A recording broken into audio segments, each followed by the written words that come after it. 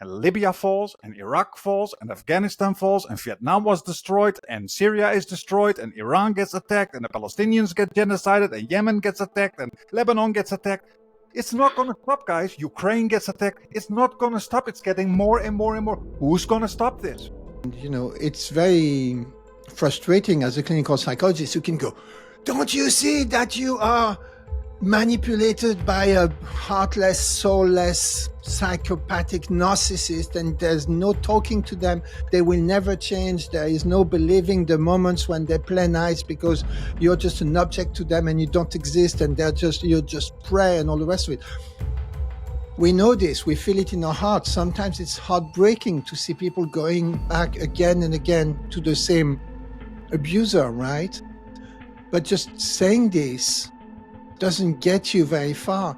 And I just cannot be quiet about the fact that you guys all over the world are continuing trade with a society that's doing the same brutality as they've inflicted on you guys. I think the resistance in Gaza can actually psychologically break the IOF, like as in terms of they can defeat them on their own without, like, as things are right now with Yemen assisting and everything like that. Totally. What the entire West Asian region really needs are a series of revolutions to overthrow their corrupt oligarchies. Like in the past, you could have a reasonable expectation or some reasonable expectation of privacy to talk to people, to plan things out, to try to organize a coup or a revolutionary movement. Now we're in 1984 squared. Like there's spying devices everywhere. They're just the white colonists that they always were. You know what I mean? Because they're cosplay. They're always cosplaying being West Asians. You know, there was this guy I saw on Twitter. He looks Aryan. He has the bluest eyes, the blondest crop of hair, and he's an anthropologist specialist in indigeneity, studying at McGill, and he's a specialist in indigeneity. And you look at his picture and you go, "Oh yeah, that is my idea of an indigenous West Asian right there."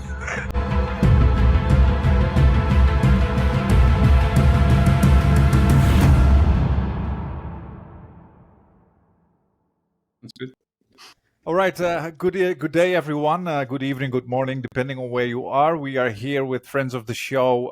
Benji Schoendorf is what we would say in the Netherlands, but you pronounce it more like Schoendorf, right? Yeah. Schoendorf, that's right. And Sasha, what's the other part? Rombout. Yes. Yeah, that's a Dutch name, so you should feel right at home. Yes. And we are going to discuss a little bit today about all the things that were on our mind, and I guess we had quite a few discussions lately about the lack of action of the world when it comes to the Palestinian genocide, and indeed. That's a sensitive topic because it doesn't matter on which spectrum you are which side you are of the political spectrum. People usually do not like to discuss more nuanced and a bit critical discussions of the side you sympathize with, and that's the same issue that we have, you could say, on the anti-imperialist side. We have spent the past couple of years or during almost 2 years during the genocide, heavily criticizing, of course, the West. This is a Western-backed genocide committed by the proxy, Israel, and that is the main culprit. And we don't shy away from saying that. But we also have become a little bit disillusioned by the lack of response from the global South, and in particular the more powerful countries such as China or Brazil. Or Russia. I wouldn't say Russia's global south, but Russia's part of the BRICS, of course. And I think we should discuss that. I think we should talk about that. I think it deserves a discussion. Even though we are big fans of China, we live in China. We love living here and working here. It's a part of who we are. And nothing takes that away. But I also think part of the appreciation that we have for this society is being able to talk about things that are that we question and we think that could be better. And I think concerning the genocide, I'm perplexed. I'm just perplexed that so many societies in the global south are still trading with Israel, are not cutting any ties. And after 2 years of one of the most horrendous genocides in human history, I'm thinking, what's going on here? I have a very, very hard time understanding this or rationalizing this, so to speak. What are your thoughts, Benji? Yeah, I have a number of thoughts about this, and one is more on the geopolitical analysis side of things, and I'm going to leave that aside for a minute because we're amongst psychologists here, so we can just psychologize about everything all the time, and I'm going to try and do that. And lately, I'm going to take a detour, I apologize, and then come back to the question. But lately, the thing that's been weighing on my mind most is how I've been living in this settler colony on Turtle Island, known as Canada, since October 2010. And I came here for love, and I didn't really think of the political implications, although, I've been really political for most of my life. And now what the flood has done is it's actually washed away a lot of my, I don't know how to say, lack of consciousness of what I am here, what I am doing here. And basically, at the end of the day, I'm just living in a successful earlier Zionist project in a settler colonial society built on genocide. And I am taking advantage of this, and it's the flood has washed so much away that I can't walk around anymore. I can't do anything anymore without seeing all those ghosts of people that whose land has been taken away, whose societies have been genocided. So there is that element of it. And I'm thinking about, psychologically, what is it that I'm here to do online? And what we started out to do is to do a psychological support front for the resistance. But when we say for the resistance, we don't mean, we want to be the psychological support front for the Palestinian armed resistance, because it makes no sense. We're just Westoids, Sasha Everyone and I, needs as psychologists, man. Everyone needs psychologists. Yeah, sure. And then the white psychologists, people need the white psychologists to go to Brownlands and give people psychological support because they have no idea how to support themselves psychologically. That is, yeah, that's the new white man's burden. It's the white psychologist burden that we need to go to faraway lands to provide psychological support for people. So you see, all these things are coming into very sharp relief for me as a person from the West, from Europe at first, and then who's moved to this place without being aware of what it was that I was getting into, in a sense. And so what is the psychological support front for resistance about? And I think it's about doing everything that I'm able to do at whatever scale I'm able to do it, to provide psychological support for resistance for the people that I am most likely to influence. And I don't harbor any more illusions about telling brown people what they should do with their politics, with their life, or with their psychology. So we're trying to do things that will help people in the West come to the point of resistance, which to me is a very psychological thing. It's like, and the best way to think about it is, how do you get out of a narcissistic family or a narcissistic relationship if you're not yourself a narcissist, right? And if you're a narcissist, I could try to talk to you, but that's part of the trap. You try to talk to a narcissist and you just stay entangled with them. So I'm talking to the people who are trapped in the system and the people who are victims of the system in my societies, right? And so I want to be aware of everything that I say in terms of, is this going to help bring people to the place which, psychologically, as clinical psychologists, we know is essential. It's a kind of psychological rock bottom where you go, no, I'm not going to take this anymore. You need to hit that place where there is this basic common humanity inside of you that awakens if it was asleep, or doesn't accede to shutting up anymore and says, I'm not going to take it anymore. Like, last week there were 467 people in London who stood up with signs saying, I'm against genocide, I support Palestine action. And the largest number of people in the history of Britain were arrested at a demonstration on that day for doing nothing other than just holding a stupid cardboard sign, right? And one of those people, you probably saw the picture, was this blind person in a wheelchair, and yet they get arrested. So these are the people that I am providing psychological support for, if you know what I'm saying. So from that perspective, and it's going back a little bit to an idea of Chomsky, it's not my role to tell those people your salvation will come from outside. It used to be your salvation will come from elections, vote in elections, and then trust your government to do the right thing. And now we all know, you can vote anybody in and out of office. Nothing is going to change. This is the Western democratic way, as you know. And there's been, I believe, the next step to this is go, well, the global South, the BRICS are going to do it for us. And then when they don't do it, when the BRICS, for some strange reason, the global South doesn't think it's their, pressing duty to actually go in the world and fix the messes of white imperialism, we go, these people, they've disappointed me so much. The worst example of this is this George Galloway going, I've had it with the Arabs. I've given 30 years of my life yapping about Arabs, and they've betrayed me by doing I don't know what. And now the Arabs are a thing of the past, and I'm not speaking to the...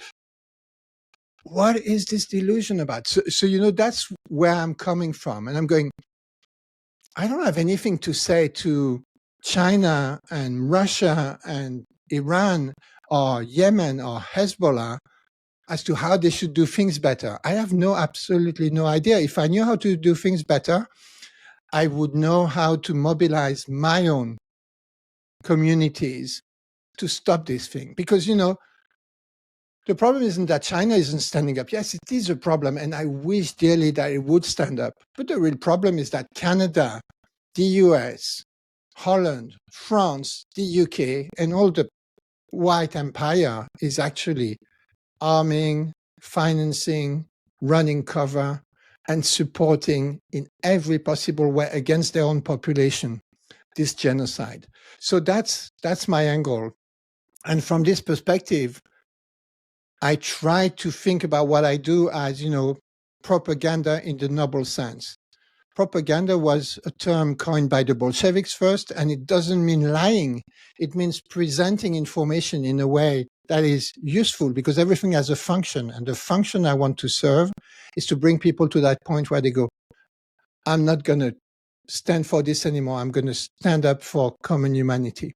So that's where I'm coming from, if you know what I mean. I don't actually know if the truth of the matter is that if China and Russia did the slightest thing to help or to stand up against the genocide in Palestine, the US would go nuclear. I mean, part of me thinks maybe they picked up the phone and they said, this is not just a red line. This is like, if you do anything at all, we're going to go nuclear on this, because it's like a house of cards. If one single nation, no nation has stopped trading with Israel that wasn't not trading with it before. Yemen didn't stop trading with Israel. They weren't trading with it. But no one has changed anything. And either because they're all, manipulated by the White Zionist conspiracy, which I don't actually believe, or because there is something very touchy there. And, they have to bring down this crazy empire without blowing up the world. So that's my maybe delusion, right? or maybe they're cowardly, maybe they're making mistakes or whatever. I don't know exactly what it is. But when I think about what it is that I'm doing, speaking online, it's certainly not going to be criticizing those actors. Now, you guys are in a little bit of a different situation because you live in China, right? So as people living in China, you can say something like, I wish the government that I'm, living under, I'm a host to, that I admire in many ways, would do more. That's, from your perspective, is a very legitimate thing to do. I yap on about Canada all the time because I live here. So that's kind of where I'm coming from, if that helps. I put it as succinctly as I was able to. I think it was very well said. What does the psychological support front look like, right? And so my idea was different. How we're obviously doing it for different reasons. We have different visions, which is good, right? Like that's the complexity.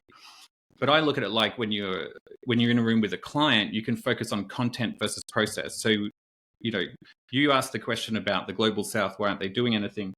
We could buy into the content of that question and talk about it, or we could step back and look at the layers and go, okay, why are you edging towards that question? What is your psychological motivation and everyone else's for edging towards that question? What are they searching for? What's that about, right? So you can step back and look at that layer, and then you can make a decision about, is it actually worth our energy investing in having that type of conversation, or would our energy be better off strategically invested in, doing more sort of offensive, psyops type stuff against the people that are complicit, right? Like, do you know what I mean? So I look at those sort of two layers, and then if I think of the other, purpose of the support front is to also, I guess, teach the public how to analyze behavior, right? How to look at each behavior has like a function and a context, right? And you look at each behavior and you go, in this particular context, like what is the function of this behavior?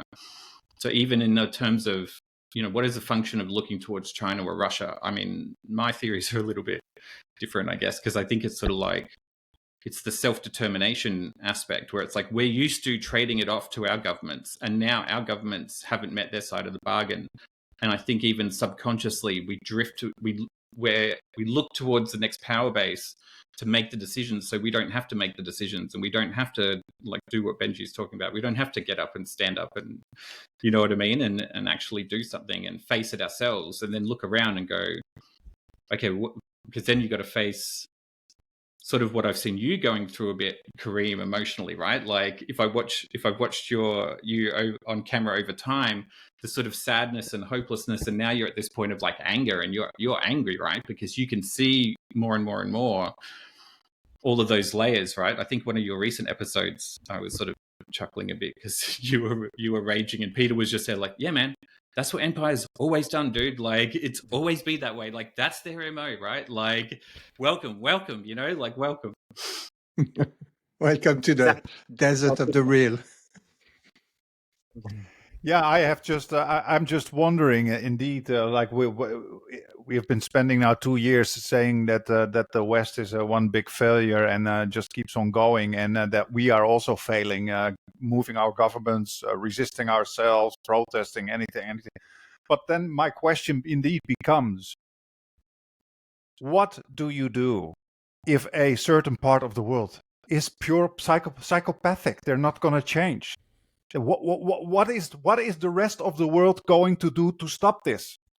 And that question still remains to me. Like, I totally agree. I totally agree that the first responsibility is our part of the world, is our governments, our societies, you name it. The problem is, our societies, our governments have proven to us after 2 years that they are absolute psychopathic. Even our political classes all over Europe refuse to even stop supporting the genocide. So then the question remains to me, what is the rest of the world who suffered this, who suffered for almost 500 years of this kind of brutality? What are they going to do to make sure that there is at some point in time there's an end to this? Because these psychopaths escalate and escalate and escalate until the whole world burns. And then that is my frustration. That is why I think China is an intensely powerful society. I just saw an interview with Jeffrey Sachs. Jeffrey Sachs literally saying it's over for the United States. It's now the age of China. China is in many ways already more powerful than the United States. And then suddenly he changes to, I think, and he literally said, I also think there's a role of the global South to put an end to this genocide. And then he focuses on Saudi Arabia. And I'm like, my man, Saudi Arabia is part of the white empire club. They are not white, but they are not classified as white, but they are part of the white empire club. So I'm like, Jeffrey Sachs is literally saying this is the age of China. China is in many ways already more powerful. Then you could have add and he's saying the global South also plays a role into stopping this genocide. Then he could add one little thing. Why are you not mentioning that the country that is now, whose age is now, that is in many ways more powerful than the United States? Why are you not mentioning that one also has a role in stopping this genocide? And I'm saying this because if you look at the trading relationships, China is one of the largest trading partners of Israel right now, and the largest, I believe. Maybe even it's the largest trading partner of everybody except 5 countries at this point. That's sure, but including Israel, and Israel's committing a genocide. And at this point, after 2 years, I think if we are going to a new world, a world of cooperation and mutual respect, as China often says, I think there is also a role. There's a responsibility that comes with power. That's what I always say. Like if you have the Palestinians cannot manage alone. It's like a 5-year-old cannot manage alone against 6 20-year-olds, because the Palestinians are a small group of people that don't have the weaponry, the economic power, to stand up against the greatest empire in human history. But I think who is going to help the them? entity? I think the resistance in Gaza can actually psychologically break the IOF, in terms of they can defeat them on their own without, as things are right now with Yemen assisting and everything like that. Totally. In terms of the broader empire, well, that's different, right? Because I think there's this timeline thing where the US is Trump's just like disintegrating the US, and the resistance has to hold out and not starve while like the empire declines until they decide to parachute off the entity thing. But as you were talking, I start thinking about, because I've had this, I'm just as angry as you are, right? And I start thinking about dividing countries into complicit, collaborator, innocent, right? As in totally no trade with it, nothing to do with it, right? But the amount of complicits and the amount of collaborators, you think about it, at what point do we start to just actually direct pressure against China for associating, for not doing anything, or even pile direct pressure onto all the other Arab countries like Egypt, and to actually say your blood, this blood is, do you want this tied to you forever? Is that how you want to be? Lebanon's on this cusp at the moment where, I was tempted, but I didn't do it, but I was tempted to sort of almost post something about, Lebanon doesn't want to be associated with genocide. Now, is that really the choice point? That every country has this choice point, and the choice point is from now, it's full knowledge, right? You have knowledge of the crime. If you've got knowledge of the crime, if this is a domestic context, you have knowledge of the crime. You're giving the person the weapons. You're not punishing them. It's all, So with all of that awareness, then at what point are all of these? Does that pressure start to mount on them, or do people start to put pressure on them? Yeah, well, that's what I had been expecting since late 2023 was pressure building up in the neighboring countries that would force their governments to take a much stronger stand. And I agree with Sachs on China in some ways is more powerful than the US in some manufacturing sectors. But overall, especially when you factor in military power, the US is still far in the lead. Why he would pick Saudi, I think it actually makes some sense, because in the region, Saudi is the most powerful state. If the Saudi government organized the rest of the governments in the region to take a stronger stance, for instance, a great opportunity would have been when Trump first announced his Riviera on the Mediterranean idea. And if they got together at the Arab Summit and said, you know what, let's flatter Trump and say, oh my God, what a brilliant idea. We're totally on board with this idea. We're going to pour billions into this. However, because of pressure from our populations, we simply cannot accept ethnic cleansing. And sorry to say, but your Israeli partners, that's their real goal. What they really want is to ethnically cleanse the whole region. We simply cannot do that. So if you can show some spine to the Israeli government and say ethnic cleansing is off the table, we'll pour billions into your redevelopment idea. Like, that was an opportunity to take some leadership and take advantage of Trump's personality and really, change the course of recent history, but they haven't. So I can understand why Sachs focuses on that. Just one last point that was relevant to what Dimitri was talking about last time we spoke. I think he said something along the lines, Sasha, you were mentioning this, something along the lines of, it's highly likely that the U.S. government is using economic threats to cow the rest of the world's countries away from imposing any sort of sanctions on Israel. A bit of evidence came out over the weekend. There was a story in the Washington Post that adds a lot of credence to that theory, because they focus on leaked documents from the Trump administration showing that his otherwise seemingly shambolic tariff plan may simply be a way of bullying countries to accede to a whole laundry list of desires, including military basing rights, a tighter alliance against China, talking about countries in the East Asia region. So I think it's highly plausible, given that we just learned that from some leaked documents from the Trump administration, that they've also been using these economic threats, these tariff threats, to force global South countries into line on U.S. foreign policy aims, including support for Israel. Yeah. So I go back to my wanting to bring whatever clinical psychology skills I have to the party, in the sense. So one thing I chose to try to not do too much of is geopolitical analysis. Well, of course, I'm a Marxist, so everything I do, is in the context of political economy, geopolitical economy, and that is part of my general outlook.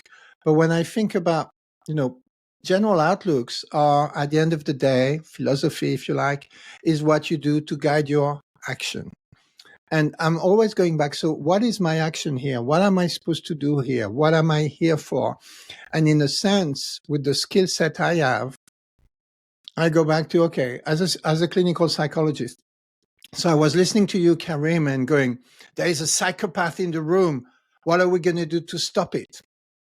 And me, I'm more like, okay, I'm the clinical psychologist trying to speak to someone who is living, and I'm also living in that room, but in the same room as a psychopath, but for whatever reason, and as a clinical psychologist, it's my duty to understand that all of these reasons are important, make sense, are rational.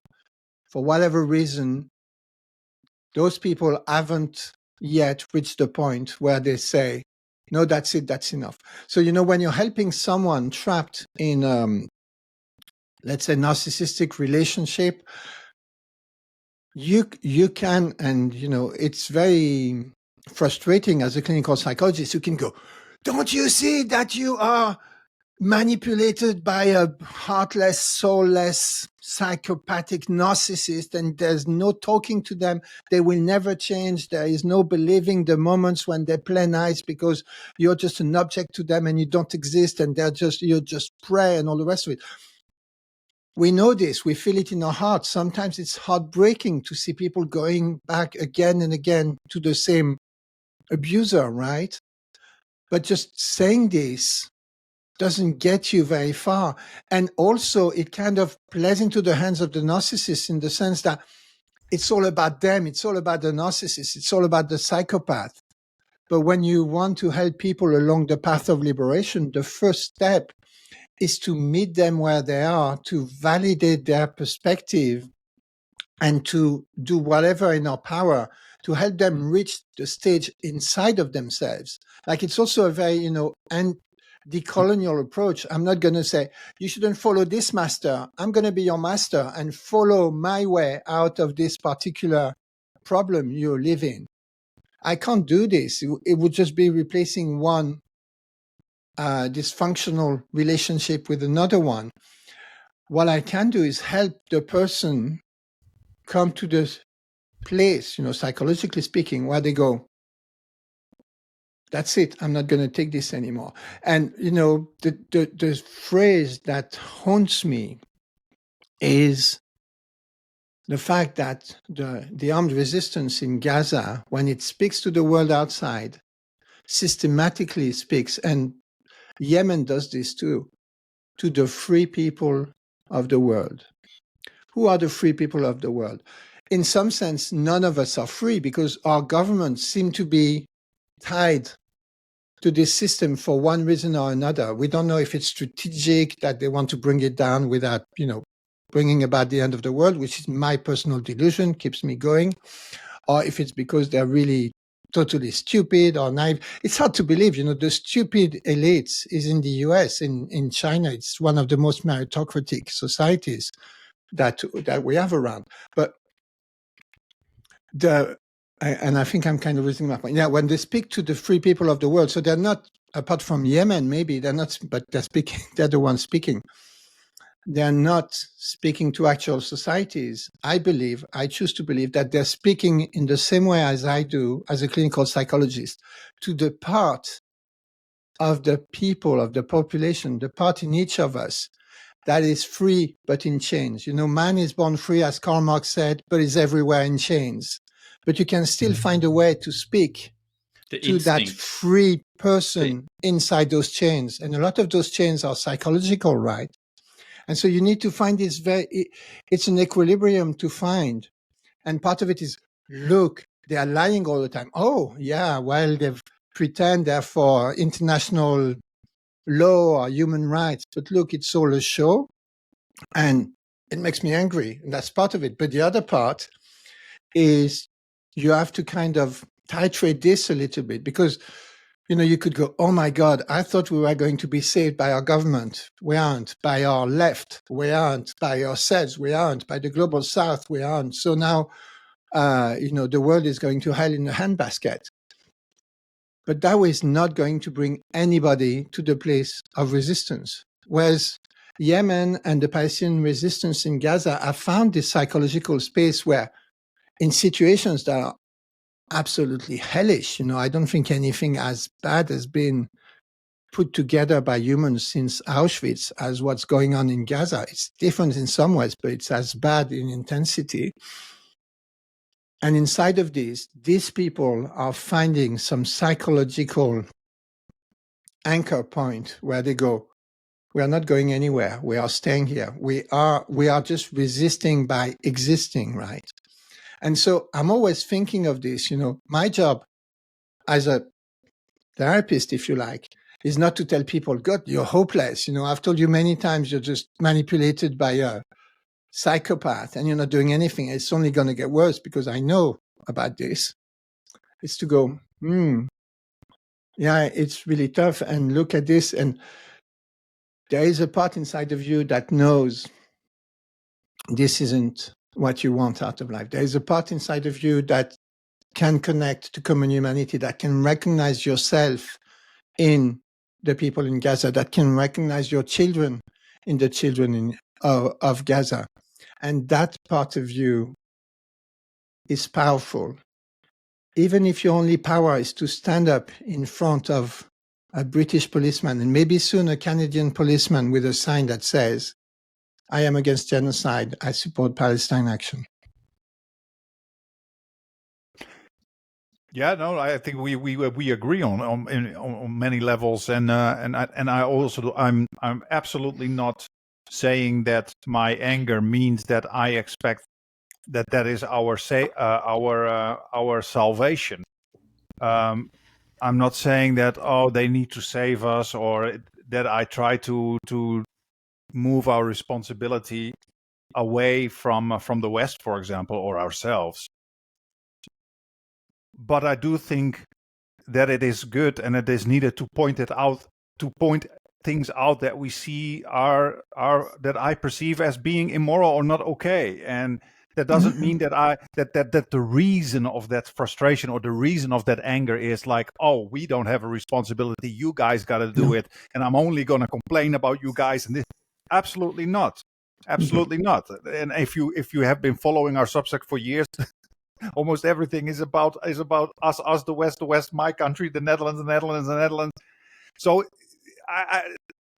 I totally, it's the rage of injustice, right? It's the rage of injustice. Exactly. And yes, part of our role is also, to educate people and to point that out to them and to give the analysis and go, here's the analysis. And, I like seeing you angry. Your anger inspires other people. Everyone should be angry, right? Being angry is the psychologically healthy response to everything that's going on. And it's motivating.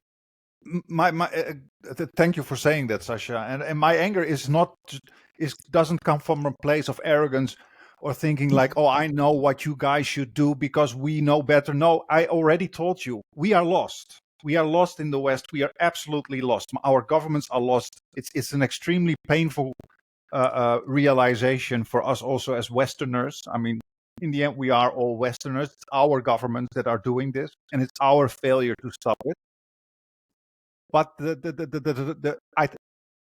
I just cannot be quiet about those who suffered this stuff as well. Algeria is my father's from Algeria. I half of my family lived this kind of colonialism. China had a century of humiliation. They lived that kind of colonialism. And I just cannot be quiet about the fact that you guys all over the world are continuing trade with a society that's doing the same brutality as they've inflicted on you guys. I just cannot handle it. And I agree. Sometimes I'm becoming emotional and it may look a bit lacking in nuance. This is who I am. I have to express that, and I express that with emotions, and I'm not gonna express that. That's just who I am. And it's I always say, if I would not care about these societies, or if I would look down on these societies, or if I would have a problem with these societies, I would not get angry because I wouldn't care. The fact that I get angry is because I'm emotionally invested in the global South. I'm emotionally invested in China. I love this society. I love this country. And I'm like, you guys, you have no idea how much power you already have. And what you just said, Peter, like I said, I don't disagree. The United States does these tariffs. They threaten with nuclear weapons. So people are scared. I get it. But where does it end? Because right now, only the US is the society with the initiative. If everybody is scared of the big bully with an army because they may do this and that, then when does it stop? Where's the end? When is the moment that there is a society that is powerful enough that says, until here and no further? Because seriously, right now, only the US, only the West has the initiative. The rest is scared, and they just try to avoid getting beaten up. And Libya falls, and Iraq falls, and Afghanistan falls, and Vietnam was destroyed, and Syria is destroyed, and Iran gets attacked, and the Palestinians get genocided, and Yemen gets attacked, and Lebanon gets attacked. It's not going to stop, guys. Ukraine gets attacked. It's not going to stop. It's getting more and more and more. Who's going to stop this? So I think we should be able to say, okay, I mean, we can be very idealistic and say, okay, we all have to go onto the streets all over the world, and we have to stop our governments. I get it. We have to do everything. I don't know about like that's good, but I think it's more about isn't it more about identifying the actual targets? Like if you really learn from the resistance, right, and you analyze the resistance, you look at it strategically, and you go, where are the pressure points, and how do you get them to change? Like how do you break a narcissist, right? Like if you conceptualize them as narcissists, they don't care about, like take an Israeli soldier. That soldier doesn't care if you go, you did this to this person, right? Like, they don't care about that as much as they care about, we see you like this because you did this to this person, right? So the target needs to be the image, the self-image, the perception, the social standing in the world, the fact that reminding them constantly that, like what Indica said, we were talking to him last night, and he goes, they used to go to countries and talk to people. But that's not going to happen anymore, right? Like and how do you get your own government to change? Protesting, I don't think protesting really will get the government to change. The function of protesting is to show Palestinians that you stand in solidarity. I think that's the real function of protesting in our current modern context. To get the governments to change, maybe you have to target the same sort of stuff and go, how do you get around them through the perception, through the image, through all of the associations with the blood, with the, and it's a big job ahead of us, man. Like, in the sense of, I mean, it's not impossible, but it's about if you go, okay, societal power versus individual power. If we admit our societies aren't going to do anything, what can we do as individuals that's within our control, right? And yeah, you can do the BDS stuff, like what you choose to spend your money on, researching every company like you've done, right? Like that's what I do every time now. Oh, I need a graphic designer. I'm going to go and find someone, who's indigenous, who's from that region. I'm going to try and, give them support or whatever, right? So, I think it's about strategically looking for those pressure points across all. You think about society, and there are so many when you really look at it. Like even, but the challenge is waking people up to it, because most people do not want to see it. If you walk through, society, there's a lot of people in my society, they just don't want to see that it's even happening. I don't have capacity for that, right? Because my own stuff. But yeah, you don't get the bliss of ignorance. It's too late. Once you know, right? Like once you're free, it's like once you take the pill, you leave the matrix, and I think that's what gets harder and harder for the people that do. They are waking up, but and different events, you can see different events like sort of spark people, and then you get a new wave of people that start to go, what the hell, man? Like when the photos of the starvation started to happen. And that's when I was looking at it strategically going, oh, interesting. Like as soon as that started to happen, I think that's when they really started to pressure Egypt, right? Hamas and Yemen both started to pressure Egypt and go, this is on you. This is all on you. You're now, and they shifted it to a whole other level. Like you're basically now an enemy, like an adversary of all of us, like an adversary of all the orphans, right? Like they shifted that rhetoric. And that is also something right? that really surprises me. And I've discussed that with other guests as well, such as, for example, Kevork, about why are people in West Asia not starting to resist against all these Gulf kingdoms. I mean, you have a lot of resistance groups fighting all these low level extremists on the ground. I'm like, why are they not taking it higher to these Gulf states? Like these Gulf kingdoms. Well, Saudi Arabia. I'm very surprised about that.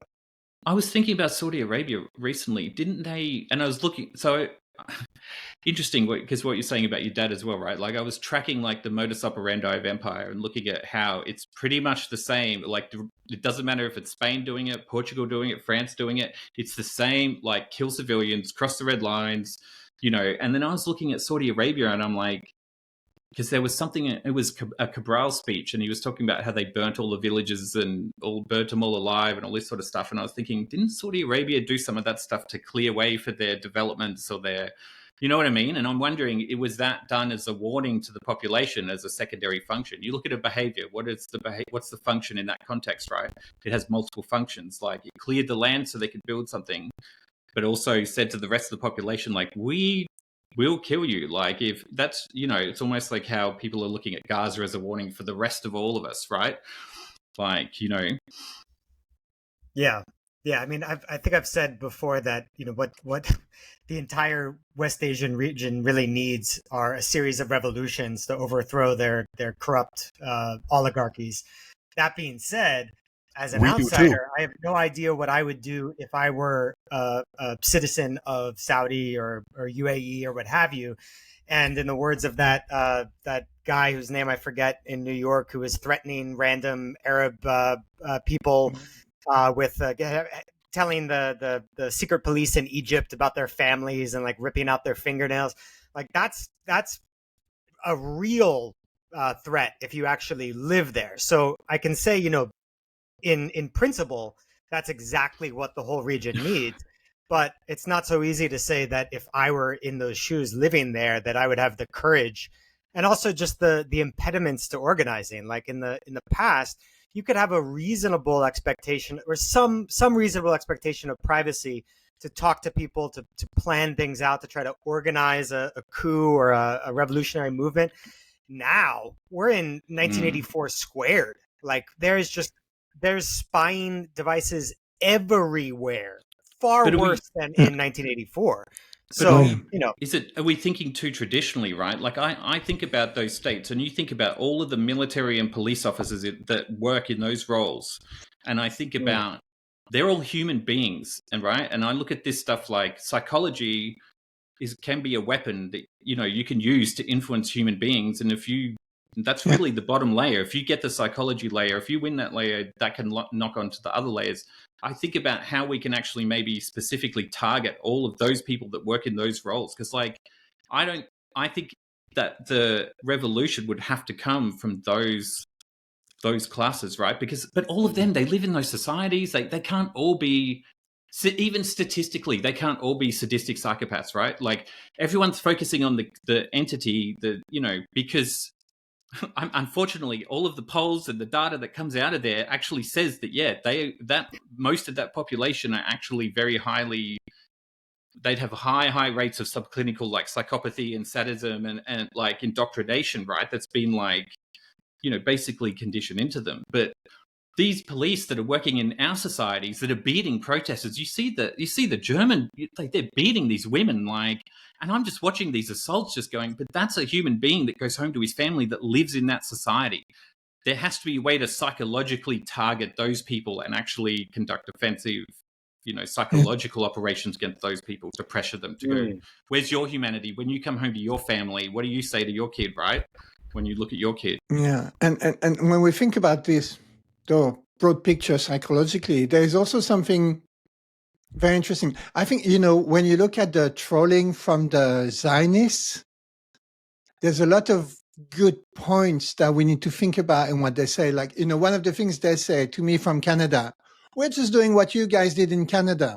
I addressed that point earlier. It's actually a good point. You can't just go, but that was in the past, because that's what they want to do. They just want, they want to put it in the past and then just be all liberal. Oh, we genocided the Palestinians. That's sad, but we have this small zoo when we keep 20 of them.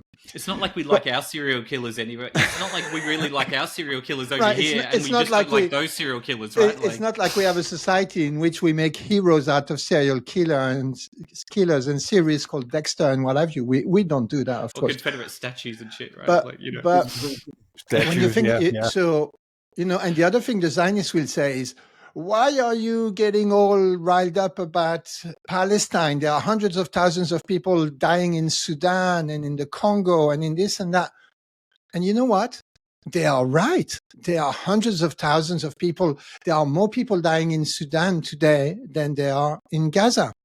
There are people low-key, Congo is being low-key genocided, has been low-key. The speed changes, but since 1900, right? And it's all the same perpetrators with the same system. Right. The UAE is not even a country. It's some kind of a Zionist project without the Zionist ideology and done by non-Jewish people, set up in 1972 by the UK imperialists to do their dirty business, right? And they're the ones, driving the genocide in Sudan today. So if you take a step back and go, so what is it about Palestine that riles us up so much when this is going on at some level? Vietnam was between 3 and 5 million people killed, and everybody's forgotten about Algeria was 10 million, I think. I mean, in Algeria, the French invented the fucking gas chambers, in 1840 or something, where they put whole villages inside caves and then started fires at the entrance, and people would die from the gases. So it's been going on and on and on, as Peter would say, for a very long time. And so if you're someone from the global south, psychologically you could go, well, why should I now go and fight when they decide it's time to fight? Why shouldn't I, fight on my own time? Is one thing. But the other thing also is every society has a population. And psychologically, I think something is being triggered that is new when it comes to starvation. Starvation is probably something that is very deeply imprinted in the human mind and has been for tens, maybe hundreds of thousands of years, right? Starvation is something that has threatened humanity at any time, since forever. And now you see people being starved in Gaza. You can't say, well, they're collateral damage. We wanted to starve. You could say we wanted to bomb some Hamas operative, and unfortunately there were 300 people around, and they're collateral damage. But it's much harder to have a discourse that says, well, we actually wanted to pinpoint and starve this one guy, and this is why we had to starve 2 million around. And again, it goes to something very deep. And I think populations are changing. There are contradictions in every society.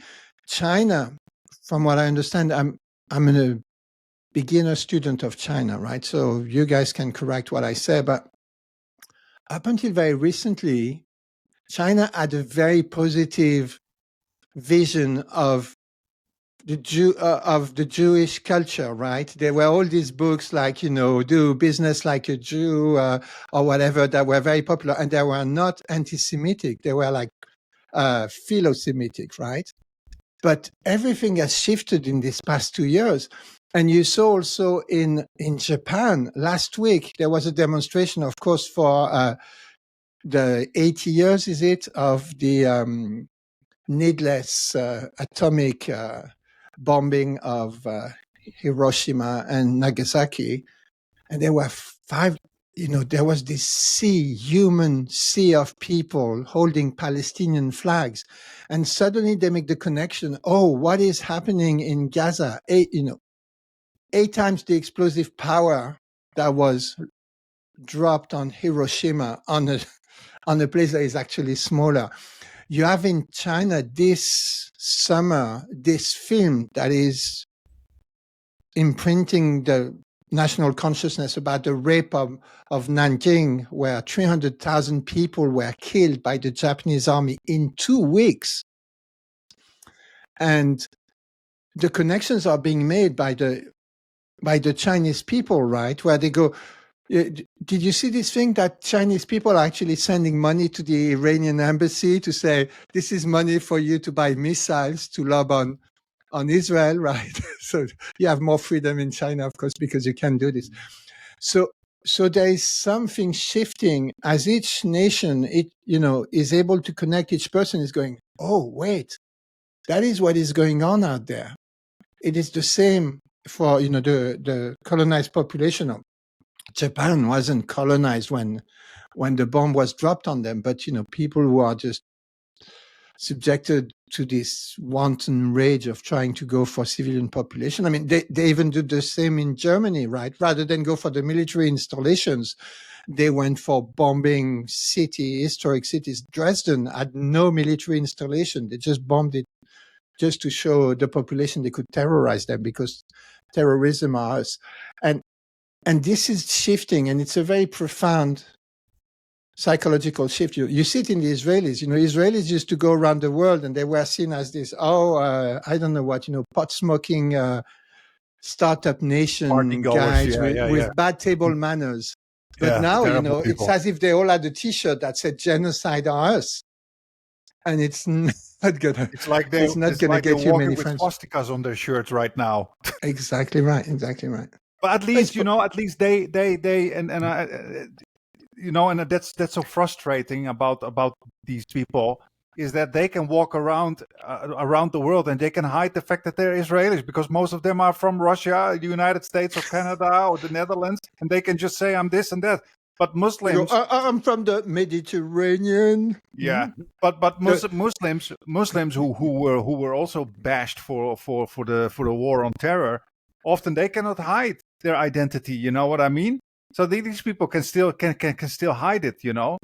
But and also if Muslims, luckily they're stupid enough to walk around with these flags. So and when Muslims hide it, they deny their deep identity. Whereas when Zionist colonists hide it, they're just the white colonists that they always were. You know what I mean? Because they're cosplay. They're always cosplaying being West Asians. There was this guy I saw on Twitter. He looks Aryan. He has the bluest eyes, the blondest crop of hair, and he's a anthropologist specialist in indigeneity, studying at McGill, and he's an anthropologist, and he writes about he writes postmodernist gobbledygook about anti-Zionism and how it's and he's a specialist in indigeneity. And you look at his picture and you go, "Oh yeah, that is my idea of an indigenous West Asian right there." But isn't it the fact that they have to hide it, right? Like I look at it like forever. Like there's no psychological impunity. Maybe they have legal impunity for however long, but they're not. I can't remember who I saw say, "Oh, they sort of got away with it," and I was like, they haven't got away with it. Like they'll never get away with it, right? Even psychologically, the fact that they have to hide it, they can never, admit that they were from Israel. They have to hide it, and as Karim is showing us, they have to show it to their inner public. So they're trapped in this contradiction, which I think cannot be solved by anything other than the collapse of their crazy project. So this is an article that I just published this morning, and it's exactly what you just said, Benji. And I write also here, the bitter irony, those who weaponize accusations of anti-Semitism are themselves engaged in the most literal form of Aryan supremacist anti-Semitism against Semites. Yeah. So you see here Ashkenazis, Aryan Ashkenazi white European Jews mocking the Semitic features of the real Semites, the Palestinians. It's such a bitter irony. It's so incredibly shocking how that irony is lost on many people. It's Aryan supremacy that's going on in many of these cases. But you know what? In a way, we did this episode where we looked at the difference between the narcissists. Now I call them the OG Zionists. So it's the openly genocidal, but also like, the original gangsters like Jabotinsky, and the liberal Zionists. So you have the OG Zionists, they're narcissist psychopaths, but they're public, and psychopaths are only ever doing things in the service of the effect on whatever public they are doing things in front of, right? And so the public of the OGs is the OGs themselves. So they have to do these TikTok things. They have to do what you're showing us. They have to do the open dehumanization, the depraved things as it looks to us from the outside, because to the OG gang inside, that's how you get the girl in a way. That's why they put this on their dating profiles and all the rest of it. But for those who play to the broader public, like the David Grossmans of the world, then their public isn't the openly genocidal OGs, but their public is, the rarefied moral superior beings that read the New York Times and what have you. So they have to traffic in all those liberal pieties. I think it's genocide. It's like, it's like the West. After 200 years, we can look back and go, yeah, I think what we did in the US was kind of genocide. It was kind of bad, but it's all in the past. And now the liberal Zionists are trying to do the same thing and go, yeah, that was last week. It's all in the past. Now we can just talk about peace again. If only they put their weapons down and they accept that can stand in elections only people who are committed to our genocidal project. Yeah, Sorry, go ahead. You go, Peter. Just a small comment. There was a comedian on Chapo who pointed out that all of these politicians in the West now coming out and saying, maybe it is a genocide now, or maybe there are war crimes going on. They pointed out this is basically a preemptive land acknowledgement. It's kind of like settlers in Canada or the U.S. who just finished massacring a village. And then they say, you know what, we should say that our town that we're founding was on the land of the, Iroquois people or whatever, like in the middle of it. It's not even 100 years later. The hate, the one of the most burning hates I have are for those fucking depraved, hypocritical land acknowledgements, I am speaking to you from unceded Algonquin territory, and I say, kill all these terrorists in Gaza. Yeah. And occupy the place. It's not an occupation anywhere. We're indigenous, and it's just reclaiming our God-given right of a God that I don't even believe in. But what you just said, Benji, it reminds me when you said like, okay, they have to appeal to these different audiences, and they were very good at that in the old days because they could compartmentalize everything. But now during the genocide, everything gets together, and then you have these soldiers who are literally committing genocide, mocking the racial characteristics of the Palestinians, and at the same time wearing a rainbow flag. You know, saying that they're in favor of like LGBTQ plus people. It's so absurd. It's so absurd. And you know, as you probably know, through their panopticon surveillance of Palestinian society, they identify LGBTQ people and then use this as a weapon to blackmail them into providing information. And, you know, when they talk about Palestinian society persecuting LGBTQ people, that's what they mean. They mean Palestinian society, like that was one of the great strengths of what Sinwar did, you know, was to actually provide security, inner security for the resistance by making sure that it was not infiltrated.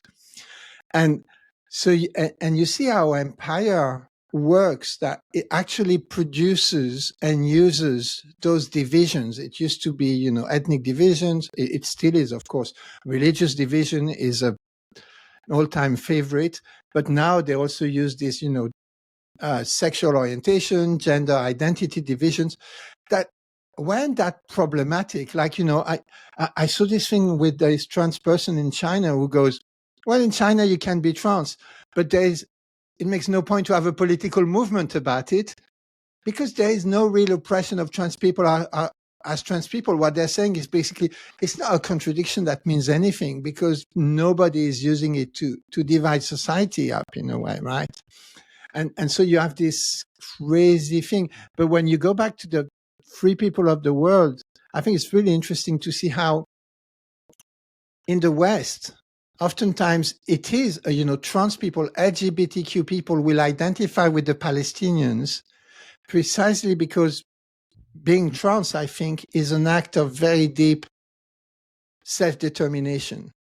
You know, whether it's right or misguided or I don't know, it depends on each person, but you're basically saying, no, I'm not going to accede to whatever my society decided for me. And I'm self-determining. And I think this is what a lot of these people are recognizing in what the resistance is doing in Gaza. The whole society is going, well, you're trying to, you know, genocide me. You've put me in this camp. You've rationed my calories for decades, but you're not going to define me. I'm still going to resist and to define myself as I wanted. And I think this is the link they can't get their heads around. You know, they can go, oh, if you were in Gaza, you would be thrown off roofs, which is not even the case. But they don't understand genuine connection. They don't. Isn't that why? Like, you know, you talk. So part of the thing with if I'm thinking it overall about, you know, the disbelief and the anger and the da-da-da, it's because, you know, and this is what I say to clients, like wives that have left narcissists. I'm like, they keep falling into the trap where they assume the narcissist would make the human decision that they would make.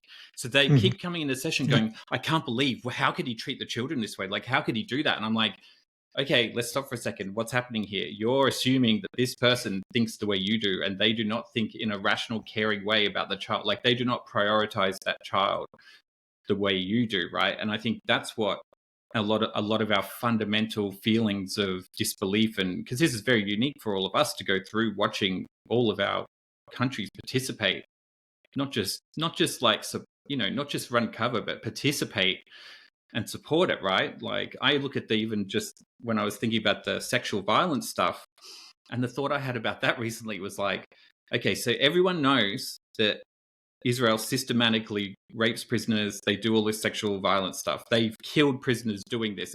This is public knowledge. and we know that the public endorses it, and then our government supports that, therefore, shouldn't every single sexual assault victim in our society be turning on their government, going, what the actual fuck? Like, you are supporting rapists? And you know what I mean? When you really look at it, like, but it's making that link to go, hang on, like, here's another population, like the way that you were saying, right? The queer people identify. Here's another population that can identify, hang on, this now connects to me personally, you know, in my history. That then creates the buy-in for people to start, you know, focusing more on resistance. No, in the West, they rather focus on the headscarf of women in Iran. Yeah, and you know, in the settler colonies, 66% of males think that rape is justified. Not just rape of Palestinians, by the way. You know, just plain old, you know, their whatever spouse, garden variety that exists. Rape. There was a big percentage of women that endorsed that too. Yeah. Oh God. Yeah, and a haven for child sex abusers who leave the country to go live in Israel. I mean, it's a very big issue. It's a very big issue, and now you have an invisible population that's been left to fend for themselves with tens of thousands of orphans that are disappearing. Well, I shiver at the thought. Yeah. Oh my God, we've brought Karim into another one of those. No. Flip into the rage, man. Flip into the rage, okay? Flip into the rage. Yeah. That's where the rage comes in to energize you to go, all right, how do we get these fuckers, right? Like, we got to, like, psychologically, we can smash them on, you know, that's the thing. People strategically can do that on, you know, these platforms, right? But, you know, like, but you can also feel sad at times as well. That's, you know, also okay, right? Yeah. Like, no, I'm tempted to ask a question that would probably require a very long answer, and I notice we're already well over the hour.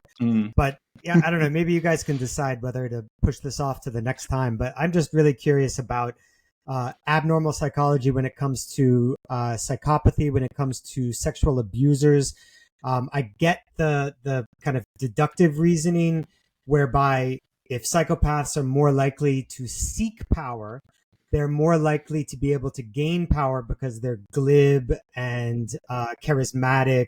And so they're better able to move up the ladder. So we would expect them to be overrepresented at the tops of power hierarchies of various sorts. But, you know, I get that in a very basic understanding sort of way. But when it comes to sexual abusers, like I took one class on human sexuality, like my freshman year of university. I read some sexology research. I realized this is so complicated. It's way over my head. Human sexuality is all over the place. It's so weird and various, you know, there's so many different types. So I find myself kind of overwhelmed by all of this, but I don't know if, Yeah. Human sexuality is weird and dirty. Better keep away from it, Peter. Well, one piece of advice for you. Don't come near it. Just keep playing video games. That's it. Stay away from it.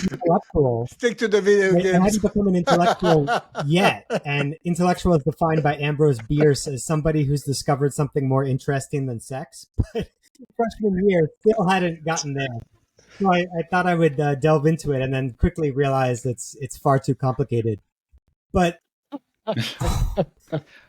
here, oh my God, he crossed a red line. He crossed a red line, and let's go back to the video games. Peter's like, I'm out of here. Too much sex for my taste. He asked the question, man. I was about to give him a dot point list of the breakdown, right? Like, but it depends. Do you want to? Oh my God! Do you want to? Or he's thinking, I need some private time right now. Oh my God! There's a couple of answers. Sasha can have, I think, the I've got some forensic psychology answer, and I have one around evolution, I think. I mean, I'll give it in a sentence, and we can discuss it in more detail later if you guys want.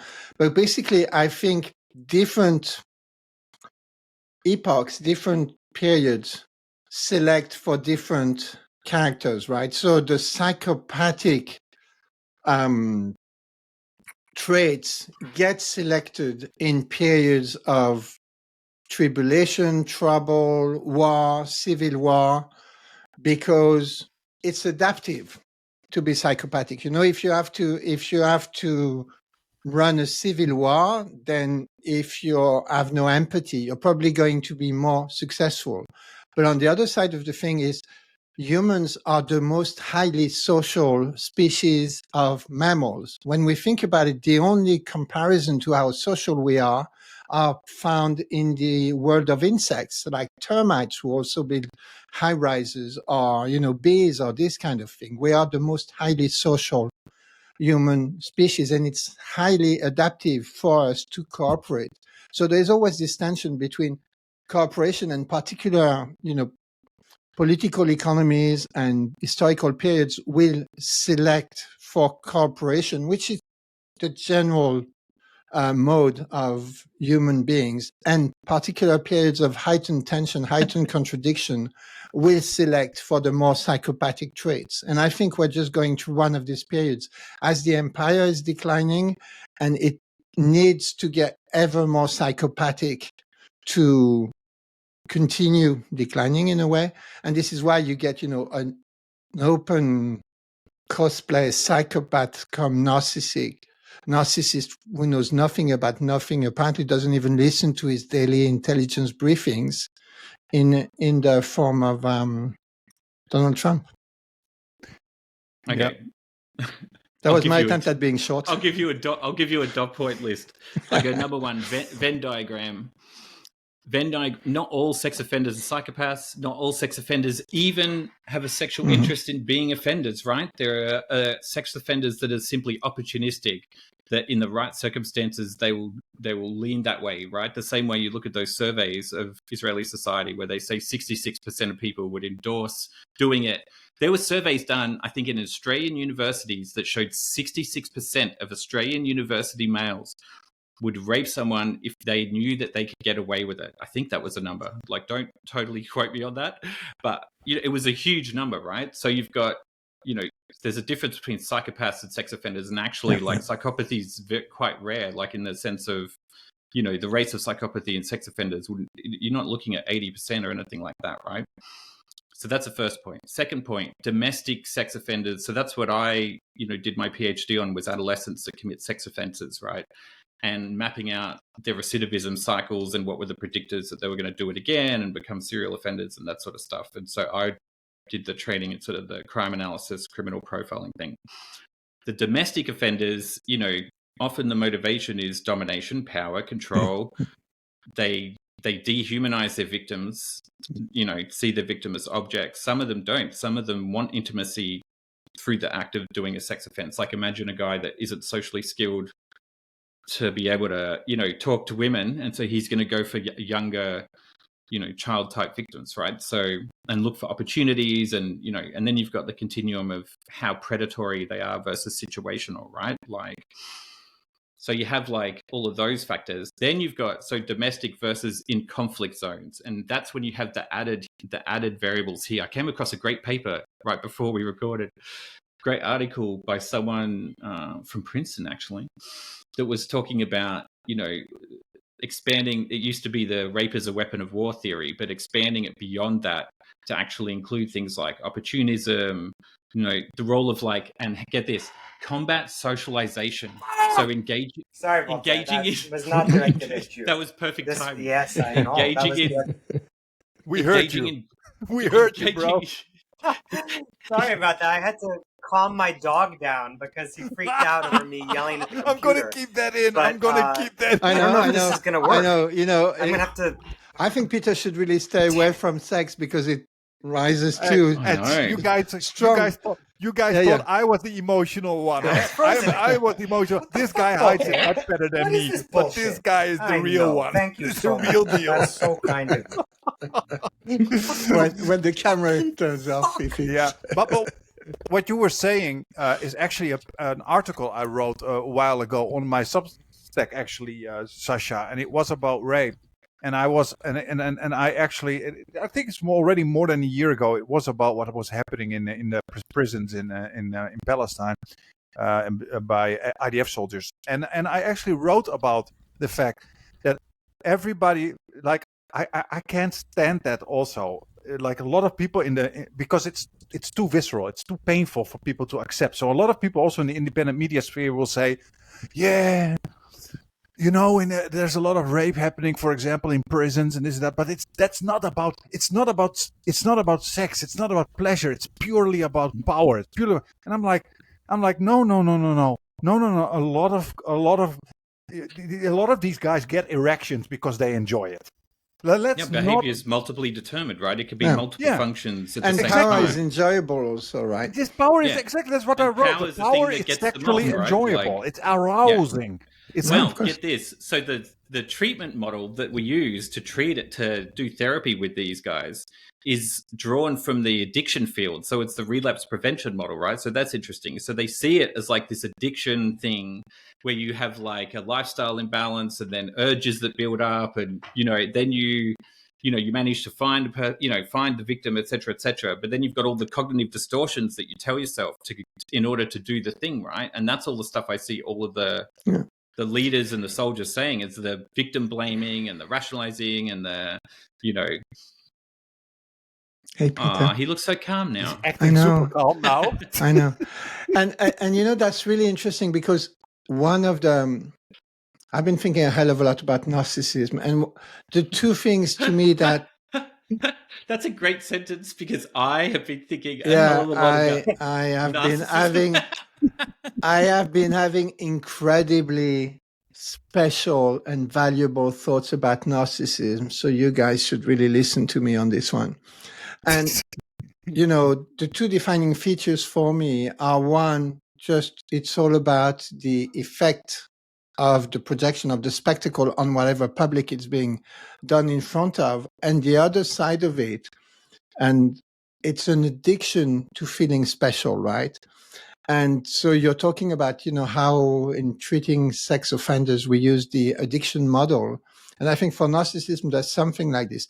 It's an addiction to feeling special, which ranges all the way to grandiose. I'm so specially intelligent and superior, to I'm such a special victim, right? That I can do anything. And in the Zionists have managed to conflate the two in this, Frankenstein monster, where they are both superior, super Nietzschean superhumans, and these eternal victims that justifies everything they do. So they kind of conflate the two in this particularly crazy ideology. But it's about, being addicted to not having the same fundamental human worth and dignity as everybody else. And this is where we go back to the free people of the world, or people who recognize that we all have the same fundamental common humanity and human dignity. So you see, my ideas were very special one day. Yeah, very, very special. It also reminds me of something. Oh, thank you. At last someone sees it. I'm giving you some narcissistic supply. Some narcissistic thank you supply. So much. But you're great also, Karim. I think you are so smart also. I appreciate it. Thank you very much. Anything else?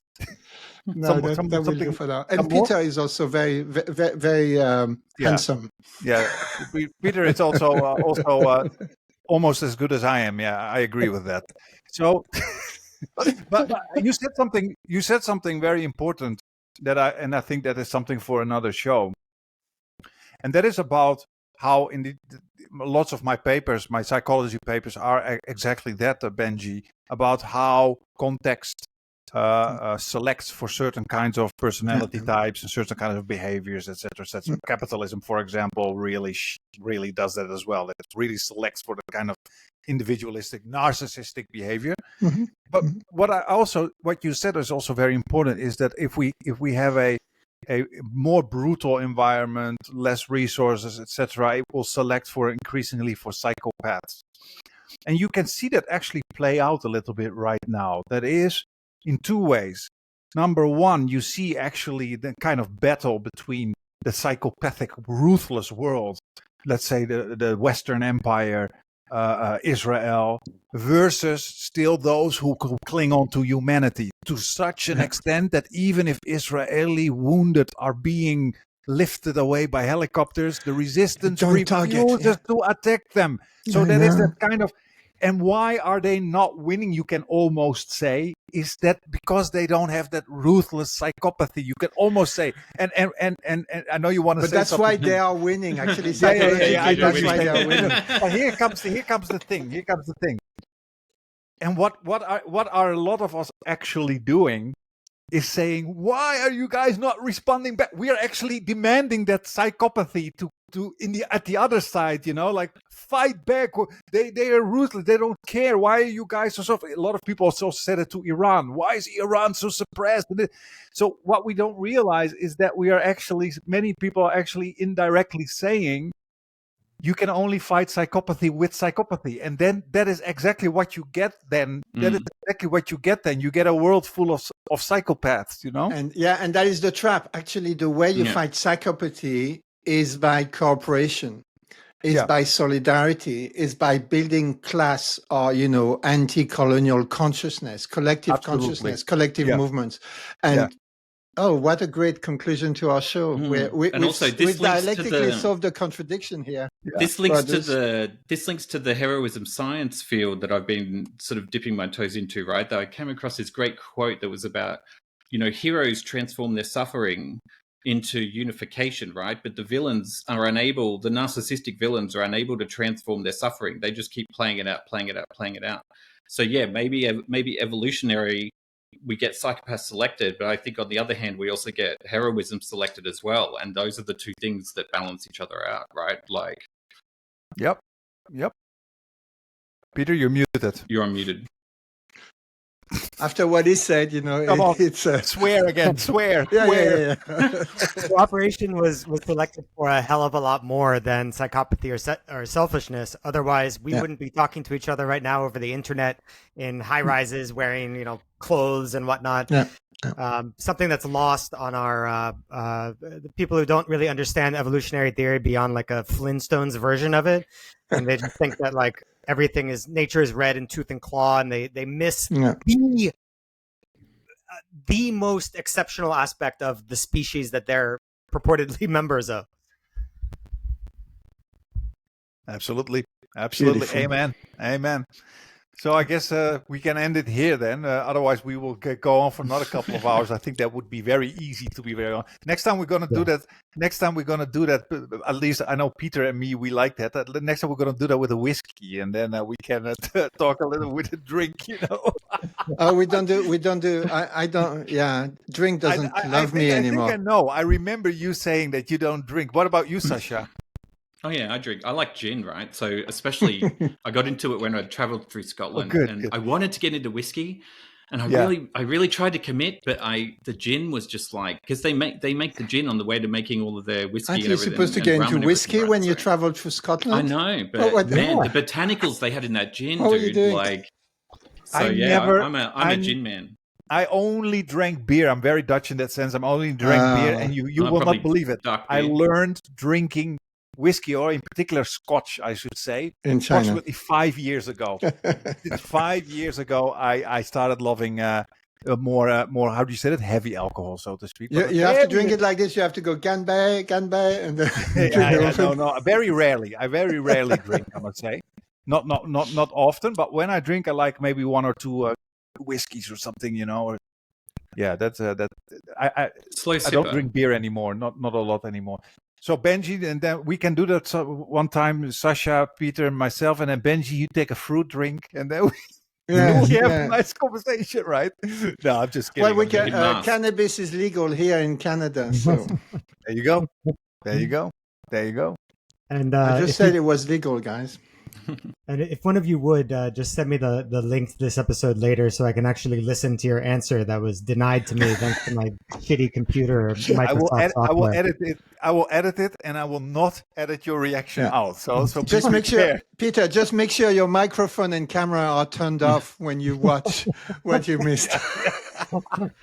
حبيت القمر طلع القمر اصطناعي شميت الورد طلع الورد بلاستيكي انا حبيت القمر طلع القمر اصطناعي اصطناعي شميت الورد طلع الورد بلاستيكي تكتيكي تكتكتيكي